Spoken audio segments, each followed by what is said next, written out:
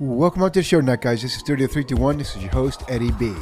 So I want you to listen to this clip by Ronald Reagan. You ever notice how every time a Republican takes office, the Democrats start acting like it's the end of the world?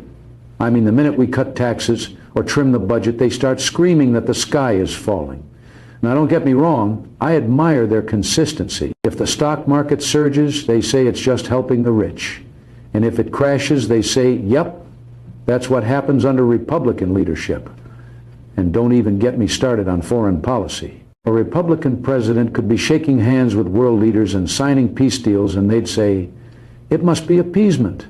But the minute there's tension overseas, they rush to the nearest camera like it's Black Friday saying, see, we told you the world would catch fire if he was in charge. Now, I've always said, it's fine to disagree on policy. That's democracy. But if your best shot at winning is hoping the American people lose, well, maybe you're in the wrong country. Now look, was that not the most deadly accurate thing you've ever seen? Look, and think about this. That was 40 years ago, Ronald Reagan said that, okay? And I sat there, I came across that on the internet, and I listened to it, and I was like, oh my God. Like, he's got that pinned 100%. It's the truth. It was true back then, and it's true today. Now, but here's the thing. But the reason they really can't get away with all that like today like they used to, because if you notice, it's getting tougher and tougher. Number one, the media landscape has completely changed, okay? You know, back in the old days, you had really, I'm going to say 3 or 4, news channels you could go to, probably ABC, NBC, CBS, and maybe like 60 Minutes.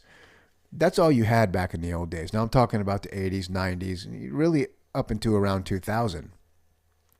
So basically, and those are all liberal Democrat channels. And when I was young, I never really thought about that. We would just turn on the news and the world news, and we would just watch, and you just believe what you were told, right? Well, now you realize that was all bull. But there was no way to get any other information, okay? You had 3 or 4 channels, and that was it. So, and they all spit the same garbage. So, like, you really couldn't tell any other way. I mean, if you read the newspaper, but that's for only a select few. Most people don't have time to sit and read the newspaper.